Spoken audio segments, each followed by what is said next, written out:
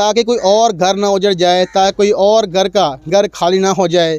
चारपाइयाँ वालदैन खाली ना देखें, वालदैन गम से नढहाल ना हो जाएं, बूढ़े वालदैन बच्चों का जनाजा कंधों पे उठाकर कब्रिस्तान की तरफ ना जाएं। हाँ जी हाँ, बिल्कुल। मैं इस वक्त मौजूद हूँ खानेवाल का ये नवाही इलाका है मोहसिनवाल, और एक ही ख़ानदान के गवादर के अंदर जो है वो 7 अफराद जो हैं वो ज़िंदगी की बाजी हार गए हैं। दहशत गर्दी का जो है वाक़या पेश आया है, जिसके नतीजे में एक ही ख़ानदान के जो है वो 7 अफराद ज़िंदगी की बाजी हार गए हैं। और मैं इस वक्त मोहसिनवाल में मौजूद हूँ। 2 सगे भाई भी उस वाक़े में साने में जो है वो शहीद हो गए हैं। तो मेरे उनके वालिद साहब मेरे साथ मौजूद हैं, उनसे बात करने की कोशिश करते हैं। यकीनी तौर पर वो गम में नढहाल हैं, हर आँख जो है वो अश्कबार है, इलाके की जो फ़िज़ा है वो सोगवार है। तो उनके वालिद से बात करने की कोशिश करते हैं कि सर आप बताइएगा कि आपके 2 बेटे लगते जिगर शहीद हो गए इस वाक़े में, क्या कहेंगे सर इस हवाले से?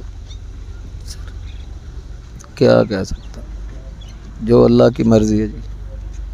वो तो कमाने गए थे, घर के हालात बदलने गए थे। साथ मेरा भतीजा था, वो तो घर के हालात बदलने गए थे। अच्छा सर बताइएगा, दोनों की उम्रें क्या थी? बड़ा तकरीबन 24 साल का था और छोटा जो है वो 14-15 साल का। अच्छा, कितना अरसा हो गया है उनको गवादर गए हुए? गवादर वो बड़ा तो जो है उसे तो 8-10 साल हो गए थे, वो भी छोटी उम्र में चला गया था।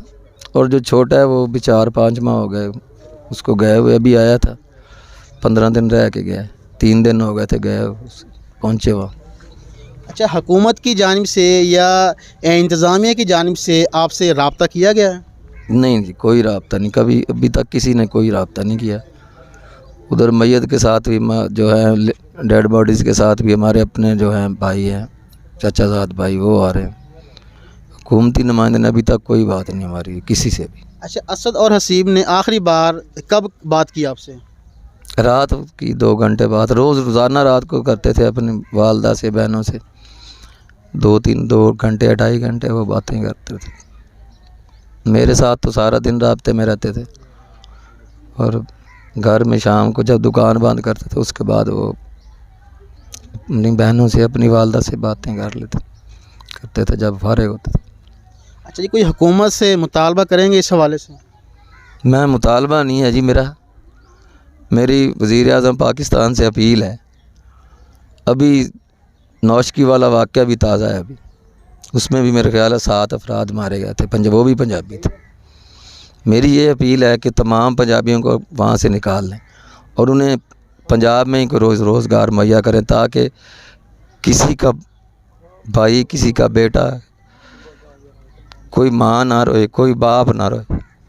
मेरी बस इतनी सी अपील है वज़ीर आज़म पाकिस्तान से कि खुदा के लिए जो पंजाबी हैं बलूचिस्तान में, उन्हें वहाँ से निकाल।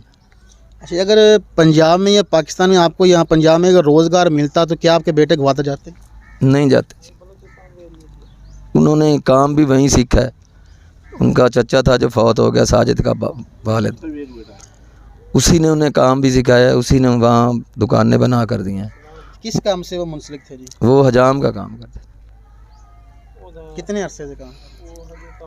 भाई तो जो हमारे हैं, जो पहले वाले हैं, वो तो 25-30 साल से वहाँ काम कर रहे हैं। हमारे तकरीबन सारा ख़ानदान उधर है, 3 मुख्तलिफ शहरों में है। ये सोरब बंदर थे, कुछ गवादर में, कुछ गवादर से आगे एक शहर पुशकान है उसमें। और हाँ जी, बिल्कुल आपने वालिद मोहतरम की गुफ्तगू सुनी। यकीनी तौर पर वो गम से नढहाल हैं, बात करना इंतहाई मुश्किल है। उनका ये कहना है कि अभी तक हुकूमत के नुमाइंदों या इंतज़ामिया की जानिब से हमारे साथ जो है वो रब्ता नहीं किया गया। अगर पंजाब में रोज़गार मिलता तो हमारे बेटे गवादर ना जाते और बूढ़े वालदैन बच्चों का जनाजा उठाकर कब्रिस्तान की तरफ ना जाते। इनकी इससे कबल हमारी वालदा से बात हुई तो उनकी वालदा से बताना मुश्किल था, हमारे सवाल करने मुश्किल थे, हमसे जवाब देने हमारे मुश्किल थे।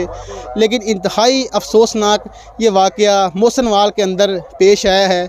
इनका हुकूमत से ये मुतालबा है कि हमारे जो बच्चे हैं, बाकी जो मज़ीद वहाँ पर रहायश पजीर हैं, जो काम के सिलसिले में वहाँ पर गए हैं, उनको वहाँ से जो है वो निकाल दिया जाए और पंजाब के अंदर ही उनका जो है वो काम दे दिया जाए, ताकि कोई और घर ना उजड़ जाए, ताकि कोई और घर खाली ना हो जाए।